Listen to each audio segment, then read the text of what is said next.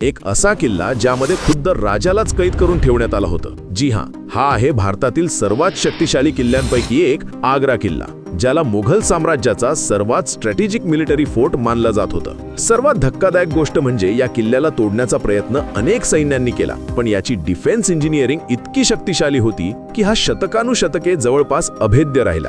यमुना नदीच्या किनाऱ्यावर असलेला हा किल्ला सुमारे 94 एकरच्या प्रचंड क्षेत्रात पसरलेला आहे. याच्या 21 मीटर उंच आणि 2.5 किलोमीटर लांब भिंती पाहूनच समजतं की हा काही साधा किल्ला नाही, तर त्या काळातील एक संपूर्ण सिटी होती. 1565 मध्ये मुघल बादशाह अकबरने या किल्ल्याचं पुनर्बांधकाम लाल बलुआ दगडांनी केलं. या विशाल दगडांना इंटरलॉकिंग टेक्निकने जोडण्यात आलं होतं. यांची फिटिंग इतकी परफेक्ट होती की त्यांच्यामध्ये एक केस जाण्या इतकीही जागा नव्हती, आणि शेवटी ते एक प्रचंड सॉलिड रॉक स्ट्रक्चर मध्ये बदलले, ज्याला तोडणं जवळपास अशक्य होतं. या किल्ल्याची डिफेन्स सिस्टीम खरोखरच जबरदस्त होती. शत्रूंना थांबवण्यासाठी डबल डिफेन्सिव्ह भिंती, खोल पाण्याची खंदक, मोट आणि झिगझॅग प्रवेशद्वार तयार करण्यात आले होते, ज्यामुळे सरळ हल्ला करणे पूर्णपणे अशक्य होतं. इतकंच नाही तर याच्या मुख्य प्रवेशद्वाराला, दिल्ली गेटला, मिडीवल भारतातील सर्वात सुरक्षित गेट मानलं जात होतं. एक अजून गोष्ट जी या किल्ल्याला खास बनवते ती म्हणजे याची प्रगत पाणी पुरवठा व्यवस्था. त्या काळातही यमुना नदीचं पाणी